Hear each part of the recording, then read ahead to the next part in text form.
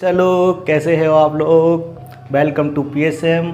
और आज फिर आपके पास आ गया हूँ मैं एक शानदार टॉपिक लेकर के, जिसके बारे में आज आप पढ़ेंगे। ठीक है, तो चलिए शुरू करते हैं। देखिए, सेलुलर रेस्पिरेशन है ना, ये सेलुलर रेस्पिरेशन जो है ये बहुत ही एक इम्पॉर्टेंट टॉपिक है आपके पास में। एक्चुअली पूरा चैप्टर ही बहुत इंपॉर्टेंट है, इसमें जितनी भी साइकिल्स हैं जो भी कुछ है बहुत इंपॉर्टेंट है। तो सेलुलर रेस्पिरेशन में आपके पास एक टॉपिक हुआ करता है रेस्पिरेटरी क्वोशिएंट, है ना, जैसा कि आप यहाँ पे लिखा हुआ देख रहे हैं। तो इस रेस्पिरेटरी क्वोशिएंट के बारे में आज जो है वो हम अच्छे से पढ़ेंगे। ठीक है, मैं जल्दी जल्दी सारी चीज़ें आपको इसके की पॉइंट्स ऐसे बता दूंगा कि इससे रिलेटेड अगर कोई भी क्वेश्चन आएगा ना आपको, तो आप 100% नहीं 200% कर ले जाएंगे। ठीक है, ये इतना इजी वे में मैंने इसको समराइज़ कर दिया है कि जो आपका NCERT में दिया हुआ है वो भी और जो नहीं दिया है वो भी, क्योंकि क्वेश्चन आपको आ जाया करता है अक्सर नीट में, बट NCERT में सारी इन्फॉर्मेशन आपको नहीं दी है। ठीक है, तो चलिए शुरू करते हैं। तो बेटा सिंपली रेस्पिरेशन क्या, ये रेस्पिरेटरी क्वोशिएंट क्या होता है आपके पास में। रेस्पिरेटरी क्वोशिएंट सिंपली हुआ करता है CO2 इवॉल्व्ड, किसी भी रेस्पिरेशन की रिएक्शन में जो कार्बन डाइऑक्साइड निकलती है और जो ऑक्सीजन ली जाती है, कंज्यूम होती है, उन दोनों का रेशियो जो है वो सिंपली आपके पास कहलाता है रेस्पिरेटरी क्वोशिएंट, है ना। ठीक है, जब कोई भी सब्सट्रेट इस्तेमाल किया जाता है उसका जो है वो ऑक्सीडेशन होता है। ऑक्सीडेशन होता है तो वहाँ से CO2 निकलती है। आप लोगों को मालूम ही है, कोई भी ऑर्गेनिक कंपाउंड जब कम्प्लीटली ऑक्सीडाइज होता है तो वहाँ पर क्या होता है, कार्बन डाइऑक्साइड निकलती है एंड वाटर निकलता है। ठीक है, तो कार्बन डाइऑक्साइड निकलती है और जो ऑक्सीजन ली गई इसको ऑक्सीडाइज कराने में, वो क्या होता है, दोनों का रेशियो जो है यहाँ पे RQ होगा, आपको पता होगा सिंपली। चलिए देख लेते हैं कि इसकी वैल्यू कितनी होती है। ठीक है, वैल्यू के बारे में बात करते हैं। तो बेटा RQ की वैल्यू जो है, यानी कि रेस्पिरेटरी क्वोशिएंट की वैल्यू जो है वो आपके पास 1 भी हो सकती है। ठीक है, 1 भी आपके पास में, यानी कि 1 हो सकती है आपके पास वैल्यू। 1 से कम हो सकती है, 1 से कम हो सकती है, 1 से ज़्यादा हो सकती है, 0 भी हो सकती है और इनफाइनाइट भी हो सकती है। ठीक है, 1 कब होती है? 1 तब होती है जब आपके पास जो रेस्पिरेटरी सबस्ट्रेट है, यानी कि रेस्पिरेशन में जो सब्सटेंस आप यूज़ करते हैं, अगर वो कार्बोहाइड्रेट है, तब आपके पास में इसकी वैल्यू जो है रेस्पिरेटरी क्वोशिएंट की 1 आया करती है, जो कि सिंपली आप जो रिएक्शन पढ़ते हैं अपनी बुक में, क्योंकि वहाँ पर जितनी भी ऑक्सीजन ली जाती है उतनी CO2 जो है वो इवॉल्व होती है, वहाँ से निकलती है, इसलिए इन दोनों का रेशियो जो है वो बनाया करता है। ठीक है, नेक्स्ट है आपके पास में 1 से कम होती है। 1 से कम भी वैल्यू हो जाया करती है। 1 से कम किस किस में होती है? 1 से कम वैल्यू जो है आपके पास में कार्बोहाइड्रेट के अलावा अगर फैट है आपके पास में या फिर प्रोटीन है, तब जो है वो इसकी वैल्यू 1 हुआ करती है। ठीक है, 1 वैल्यू हुआ, सॉरी लेस देन 1 हुआ करती है। तो प्रोटीन के लिए इसकी वैल्यू कितनी होगी? प्रोटीन के लिए वैल्यू होती है 0.9। ठीक है, याद रखिएगा, ये आपको आता है क्वेश्चन। और फैट्स के लिए कितनी होती है? 0.7। ये दोनों वैल्यू जो है बेटा 1 से कम है। ठीक है, ये दोनों वैल्यू जो है वो 1 से कम है, इसलिए यहाँ पर मैं आपको पहले बता रहा हूँ कि 1 वैल्यू से कम होगी। ठीक है, RQ की वैल्यू 1 से कम होगी। ठीक है, ये वैल्यू भी आपको याद रखना बहुत ज़रूरी है, क्योंकि ऐसे ही पूछ लेता है आपसे कभी कभी वैल्यू दे करके, है ना, कि कौन सा प्रोटीन का है या कौन सा फैट का है। तो याद रखिएगा, अगर ना याद आए तो P9 याद कर लीजिएगा। ठीक है, P9 और F7, इसको चाहे तो आप ऐसे याद रख सकते हैं, P9। ठीक है, और चाहे तो इसको F7 ऐसे याद रख लीजिएगा, तो आपको याद रहेगा कि हाँ, ये तो पता ही है ना कि 1 से कम होती है वैल्यू। ठीक है, ये तो आपको पता ही होगा 1 से वैल्यू कम होती है। और अगर याद रखने के लिए आप इसको P9 याद रख सकते हैं, इसको F7 याद रख सकते हैं, तो आपको याद आ जाएगा कि हाँ यार 0.7 थी और 0.9 जो है वो ये वैल्यू हुआ करती थी। ठीक है, कभी कभी क्या होता है, आपसे बहुत क्वेश्चन घुमा करके पूछता है, बोलता है कि कोई जर्मिनेटिंग सीड है, कोई जर्मिनेटिंग सीड है, तो बताइए उसकी वैल्यू जो है RQ की उसके लिए कितनी होगी। ठीक है, तब भी वही केस होगा आपके पास में, क्योंकि जर्मिनेटिंग जो होगा वो भी अपना स्टोर्ड फूड जो है वो उसका यूज़ करता है, इसलिए जो है वहाँ पर भी वैल्यू आपके पास में 1 से कम होगी। ठीक है, 1 से कम होगी। तो ये वाला भी यही केस होता है, जर्मिनेटिंग सीड में भी आपको RQ की वैल्यू लेस देन 1 होगी। ठीक है, और ऐसा होता क्यों है? ऐसा इसलिए होता है क्योंकि जितनी भी ऑक्सीजन ली जाती है जितनी ऑक्सीजन ली जाती है उससे ज़्यादा CO2 जो है वो इवॉल्व होती है। ये आप डिटेल में पढ़ेंगे तो आपको पता लगेगा, ठीक है। हम डिटेल में हमको नहीं पढ़ना है अभी, हमको क्वेश्चन के पर्पज़ से जो है वो फटाफट इसको रिवाइज़ करना है, जल्दी जल्दी रिवाइज़ करना है, ठीक है। तो ये है, तो बेटा याद रख लीजिएगा P9 और F7, ठीक है। Less than 1 for fat and proteins and germinating seed also, okay. Next हम बढ़ते हैं। नेक्स्ट हमारे पास है ग्रेटर देन 1। ग्रेटर देन 1 किसके लिए होती है? ग्रेटर देन 1 हमारे लिए होती है जब हमारे पास कोई भी रेस्पिरेटरी सबस्ट्रेट जो है वो ऑर्गेनिक एसिड हुआ करता है, ठीक है। ऑर्गेनिक एसिड हुआ करता है और उस समय जो है वो ग्रेटर देन 1 आपके पास में वैल्यू आ जाया करती है, ठीक है। ग्रेटर देन 1 वैल्यू आ जाया करती है आपके पास किसकी? रेस्पिरेटरी क्वोशिएंट की, ठीक है। तो ग्रेटर देन 1 में इसमें क्या होगा? देखिए, अगर आपसे बोले कि कोई ऑर्गेनिक एसिड है, आप उसका बताइए RQ कितना होगा, तो सिंपली 1 से ज़्यादा, ठीक है। अगर ये बोल दे आपके पास में कि कोई मैच्योरिंग सीड है जो मैच्योर कर रहा है, ठीक है, या फिर कोई राइपनिंग सीड है जो राइप कर रहा है, ठीक है, तो अब उस केस में आपके पास RQ क्या होगा? तब भी बेटा यही वाली वैल्यू हुआ करती है। इन दोनों को आप बहुत ही अच्छे तरीके से याद करिए, ये बिल्कुल आने ही आना है क्वेश्चन, ये आता ही है, ठीक है।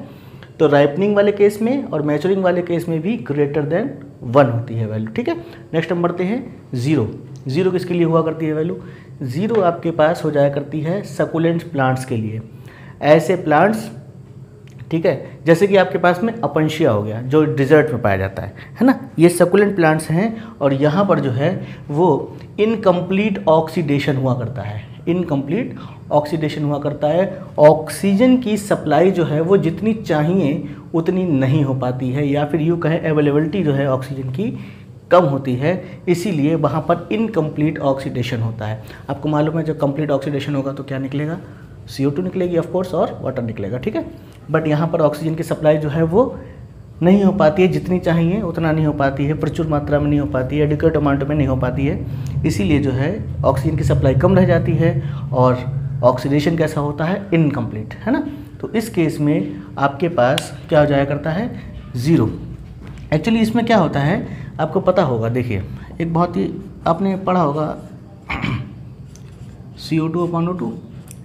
जब इनकम्प्लीट ऑक्सीडेशन होता है तो वहाँ पर क्या होता है? कार्बन डाइऑक्साइड नहीं बनती है, क्या बनती है? कोई दूसरे सब्सटेंस बनते हैं। कार्बन डाइऑक्साइड भी होती है, सॉरी कार्बन मोनोऑक्साइड भी हो सकती है और भी चीज़ें हो सकती हैं। तो वहाँ पर जब CO2 है ही नहीं यहाँ पर, तब क्या हो जाएगा आपके पास में? 0 वैल्यू आएगी, जाहिर सी बात है ना। सीधी सी बात है, इनकम्प्लीट ऑक्सीडेशन में CO2 तो बनेगी ही नहीं। जब CO2 नहीं बनेगी तो यहाँ पे CO2 को 0 रख देंगे हम, तो वैल्यू हमारे पास 0 आ जाएगी। क्लियर। नेक्स्ट हमारे पास जो है वो है इन्फिनिटी, यानी कि इनफाइनाइट, ठीक है। ये वैल्यू कब हुआ करती है? ये वैल्यू आपके पास में तब हुआ करती है जब हमारे पास ऑक्सीजन की सप्लाई ही नहीं है। इस फार्मूले में देखिए, इस फार्मूले में आप देखिए क्या होगा, यहाँ पे इनफाइनाइट कब आएगा? इनफाइनाइट तभी आएगा जब यहाँ पर हम 0 रख देंगे, है ना। तो ये CO2 तो हमारे पास होती है, ठीक है, यहाँ पे बताता हूँ आपको। देखिए CO2 तो है, कुछ भी अमाउंट है CO2 का, और ये ऑक्सीजन की सप्लाई जो है वो 0 है। तो किसी के भी अपान में जब 0 होता है तो वहाँ पर जाहिर सी बात है इनफाइनाइट आपके पास आ जाया करता है, ठीक है। तो ये आपके पास में एनएरोबिक कंडीशन में कभी कभी सीधे सीधे क्वेश्चन ऐसे पूछ लेता है कि एनएरोबिक कंडीशन के लिए रेस्पिरेटरी क्वोशिएंट क्या होगा, है ना। तो आप बता देंगे सीधे सीधे इनफाइनाइट होगा, क्योंकि वहाँ पर जो है वो ऑक्सीजन की सप्लाई आपके पास नहीं होगी। देखिए लिखा हुआ है नो ऑक्सीजन, ठीक है। सिमिलरली आपके पास में अगर फर्मेंटेशन का केस आ जाए, ठीक है, तो फर्मेंटेशन के केस में भी बेटा यही कंडीशन होती है, ठीक है। तो फर्मेंटेशन हो या फिर एनएरोबिक कंडीशन हो, दोनों में ही वैल्यू कैसी आएगी? इनफाइनाइट आएगी। क्लियर, समझ गए। 2 चीज़ें आपको बहुत ज़्यादा इंपॉर्टेंट हैं, एक ये और एक ये, लेस देन 1 और ग्रेटर देन 1। P9 याद रखिएगा, F7 याद रखिएगा। 1 वैल्यू हो सकती है RQ की, less than 1, greater than 1, 0, infinite. और ये 2 केस बहुत वेरी इंपॉर्टेंट हैं, ये 2 केस आप याद रखिएगा, ठीक है। बाकी तो आप दिमाग लगा के थोड़ा बहुत कर लेंगे, लेकिन इन दोनों को याद रखना, वैल्यू सहित याद रखिएगा, ठीक है। ये germinating seed, maturing seed, ripening seed, ये आपको कभी कभी क्वेश्चन आ जाया करता है, लेकिन एनसीईआरटी में नहीं दिया हुआ है, इसलिए मैं आपको बता रहा हूँ सारी चीज़ें, ठीक है। ये हमने जो है वो जल्दी रेस्पिरेटरी क्वोशिएंट के बारे में पढ़ लिया। अब जो है वो हम इससे रिलेटेड क्वेश्चन करेंगे, ठीक है। क्या करेंगे बेटा, इससे रिलेटेड जो है हम क्वेश्चंस करेंगे, ठीक है। और ऐसे क्वेश्चंस करेंगे जो प्रीवियस ईयर्स में आए हुए हैं और उसके अलावा कोई भी क्वेश्चन आपको नहीं आ सकता है, ठीक है बेटा। हमने जो है वो रेस्पिरेटरी क्वेश्चन के बारे में पढ़ लिया, अब हम जो है वो इससे रिलेटेड क्वेश्चंस करेंगे, ठीक है। और ये क्वेश्चंस आपके पास ऐसे हैं कि ये प्रीवियस एग्जामिनेशन में आए हुए क्वेश्चंस हैं, प्रीवियस एग्जामिनेशन में आए हुए क्वेश्चंस हैं। और इसके अलावा इस टॉपिक पे बेटा आपको कोई भी क्वेश्चन जो है वो नहीं आएगा और ना ही बनेगा, क्योंकि ये सारे क्वेश्चन जो है वो यहाँ पर इंक्लूड हैं और मैं यूँ कहूँ कि बेस्ट ऑफ बेस्ट क्वेश्चंस हैं, ठीक है। तो चलिए स्टार्ट करते हैं। सबसे पहला क्वेश्चन आपके पास है, देखिए, RQ is less than 1 at the time of respiration of. Respiration के टाइम पर RQ की वैल्यू 1 से कम किसके लिए होगी? पहला ऑप्शन है आपके पास में स्टार्च, दूसरा है आपके पास में शुगर कैन, तीसरा है आपके पास में ग्लूकोज और चौथा है ग्राउंड नट, ठीक है। तो ये आपके पास में जो तीनों हैं, शुगर कैन हो गया, ग्लूकोज हो गया, है ना, ये स्टार्च हो गया, ये कहीं ना कहीं आपके पास जो है वो कार्बोहाइड्रेट है, ठीक है, कार्बोहाइड्रेट है, कार्बोहाइड्रेट फॉर्म है। तो ये बेटा तो आपके पास नहीं हो सकते, ठीक है। अब क्या बचा? ग्राउंड नट बचा, ठीक है, ग्राउंड नट बचा। अब इसमें क्या है कि रेस्पिरेशन जो होगा तो इस वाले ऑप्शन में ही आपके पास में क्या होगा, ग्राउंड नट में 1 से कम होगा, ठीक है। अगला देखते हैं, अगला देखिए क्वेश्चन क्या है, what causes RQ to vary. RQ की वैल्यू जो होती है वो किसकी वजह से चेंज हो जाया करती है? देखिए, आपने जब पोस्ट पढ़ रहे थे आप RQ, तो आपने क्या देखा कि कार्बोहाइड्रेट के लिए अलग वैल्यू आती है, फैट्स के लिए अलग आती है, प्रोटीन के लिए अलग आती है, ऑर्गेनिक एसिड के लिए अलग आती है। तो डिफरेंट सबस्ट्रेट के लिए, यानी कि डिफरेंट सब्सटेंस के लिए जो वैल्यू होती है RQ की वो डिफरेंट आती है। तो सीधी सी बात है, किसके ऊपर डिपेंड कर रही है वैल्यू RQ की? सबस्ट्रेट के ऊपर, यानी कि उस सब्सटेंस के ऊपर जो सब्सटेंस जो है वो लिया जाता है रेस्पिरेशन में, है ना। तो देखिए बेटा क्या लिखा है, टेम्परेचर नहीं हो सकता, रेस्पिरेटरी प्रोडक्ट नहीं हो सकता, लाइट एंड O2 नहीं हो सकती, क्या बचा? रेस्पिरेटरी सबस्ट्रेट, ठीक है। नेक्स्ट देखिए, the first preferred substrate for respiration is. Respiration में सबसे पहले किस चीज़ का जो है वो इस्तेमाल होता है, या फिर यूँ कहूँ कि सेल क्या चाहती है कि रेस्पिरेशन के लिए हमारे पास ये सब्सटेंस होना चाहिए या ये सबस्ट्रेट हमारे पास होना चाहिए, है ना। तो इजीली किस में होता है? जो आपने पढ़ा है, किसके लिए? कार्बोहाइड्रेट के लिए। उसी के लिए सेल जो है वो बनाई गई है, एडॉप्टेड है, आसानी से जिसमें रेस्पिरेशन हो जाता है, ठीक है। तो बेटा पॉलीपेप्टाइड्स नहीं हो सकते, प्रोटीन भी नहीं हो सकता, फैट्स भी नहीं हो सकता, ग्लूकोज जो है वो आसानी, सबसे पहला जो है वो कार्बोहाइड्रेट ही जो होता है परफेक्ट सबस्ट्रेट है रेस्पिरेशन के लिए, ठीक है। तो ये ग्लूकोज लगा देंगे। नेक्स्ट हमारे पास है question number 4, that is the value of RQ of starved cell. बहुत ही important question, very important question आपके पास में ये है। स्टारवेशन की कंडीशन में, यानी कि हंगर की कंडीशन में किस सेल के लिए जो है RQ की वैल्यू जो है वो क्या होगी? अब देखिए, जब स्टारवेशन की कंडीशन होगी तो क्या होगा भाई? जब हम लोग भूखे होते हैं, स्टारवेशन की कंडीशन होती है, तो क्या होता है? आपने देखा होगा कि हमारे पास ग्लूकोज नहीं होता है, तो लीवर को सिग्नल जाता है, ग्लाइकोजन जो है वो ग्लूकोज में कन्वर्ट होकर के बॉडी में आ जाती है, ठीक है। तो यहाँ पर भी क्या है कि जब स्टारवेशन की कंडीशन है, यानी कि फोटोसिंथेसिस नहीं हो रही होगी। जब फोटोसिंथेसिस नहीं हो रही है तो क्या है बेटा? जो आपके पास में स्टोर्ड फूड है उसका ही इस्तेमाल होगा, ठीक है, स्टोर्ड फूड का ही इस्तेमाल होगा। तो स्टोर्ड फूड कौन होते हैं आपके पास? Fat and protein. तो देखिए 1 कार्बोहाइड्रेट के लिए नहीं, इन्फिनिटी नहीं, 0 नहीं, ये वाला होगा। 0.9 किसकी वैल्यू होती है? प्रोटीन के लिए, याद रखिएगा मैंने बोला था। RQ of an actively photosynthesizing tissue, जिसमें एक्टिवली फोटोसिंथेसिस हो रही है। तो क्या होगा? जब एक्टिवली फोटोसिंथेसिस कर रहा है तो उसके पास एक गुड अमाउंट होगा ग्लूकोज का। तो जाहिर सी बात है ग्लूकोज का गुड अमाउंट होगा तो क्या होगा? रेस्पिरेटरी क्वेश्चन 1 आएगा, है ना। देखिए क्या होता है ना कि वो आपके एग्जामिनर जो होता है वो आपके माइंड की स्टेट पढ़ना चाहता है, इसलिए वो सीधा सीधा क्वेश्चन नहीं देगा आपको, थोड़ा सा हल्का सा घुमा देगा, ताकि देखता है कि आप कुछ सोच पा रहे हैं उस लेवल का कि नहीं सोच पा रहे हैं। तो ये हो गया बेटा। नेक्स्ट हमारे पास है RQ of a germinating ground nut and castor seed is. क्या बोला था मैंने, याद कर लीजिएगा, बहुत बहुत इम्पॉर्टेंट है ये, बेहद इम्पॉर्टेंट, ठीक है। तो यहाँ पर भी वही स्टोर्ड फूड जो होते हैं उनका इस्तेमाल होता है, that is protein and fat, और यहाँ पर भी वैल्यू आपके पास में <1 आ जाया करती है, ठीक है। नेक्स्ट हमारे पास क्वेश्चन है the value of RQ of A ripening fatty seeds. बहुत ही इम्पॉर्टेंट केस, ये मैंने आपको बोला था कि इसको याद रखिएगा। मैंने बोला था कि जब भी राइपनिंग की कंडीशन आएगी या फिर मैचुरिंग की कंडीशन आएगी, तब वहाँ पर क्या होगा, क्या बताया था, याद है, ऑर्गेनिक एसिड्स का इस्तेमाल होगा, और ऑर्गेनिक एसिड जो है वो एज ए सबस्ट्रेट जो है वो यूज़ होंगे, है ना। तो यहाँ पर जो है वो वैल्यू आरक्यू की 1 से ज़्यादा हो जाया करती है। याद करिए, यहाँ पर एक केस था, ये वाला ऑप्शन ठीक होगा, ठीक है, क्लियर। नेक्स्ट हमारे पास क्वेश्चन नंबर 8, आरक्यू ऑफ ए ट्राइपामिटिन। भाई ट्राइपामिटिन क्या होते हैं, अगर आपने पढ़ा होगा एनसीईआरटी में, तो वहाँ पर लिखा हुआ है साफ साफ कि ट्राइपामिटिन जो होते हैं वो हमारे पास फैट्स हुआ करते हैं। अब आपको देखिए नाम से दे दिया क्वेश्चन, अब जिन बच्चों को पता नहीं है कि ट्राइपामिटिन फैट होते हैं वो सोचेंगे पता नहीं कौन सा सब्सटेंस है ना, तो वहाँ पर आप कंफ्यूज हो जाएंगे। इसलिए आपके माइंड की स्टेट को जो है वो पढ़ता है एग्जामिनर।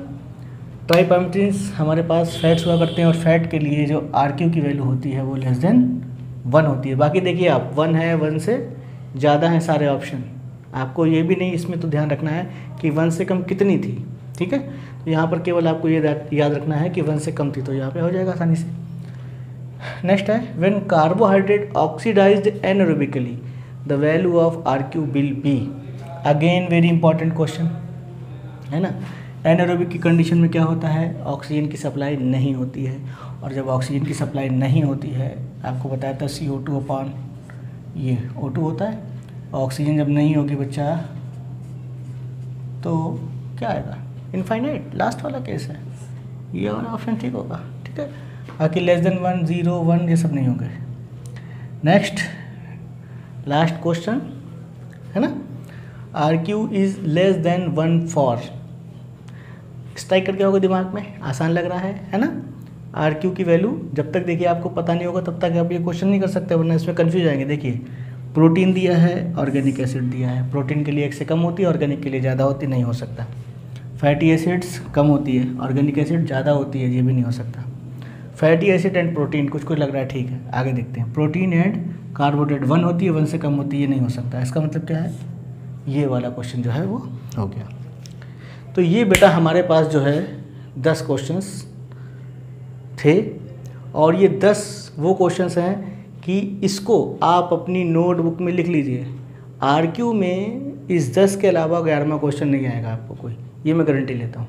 आप इन 10 क्वेश्चंस को करिए, टॉपिक को पढ़ लीजिए, आरक्यू के जो मैंने पढ़ाया है वही पढ़ लीजिए, बस एनफ, ठीक है। तो चलिए पढ़ाई करते रहिए, अच्छे से पढ़िए। Wish you very all the best, bye bye, take care.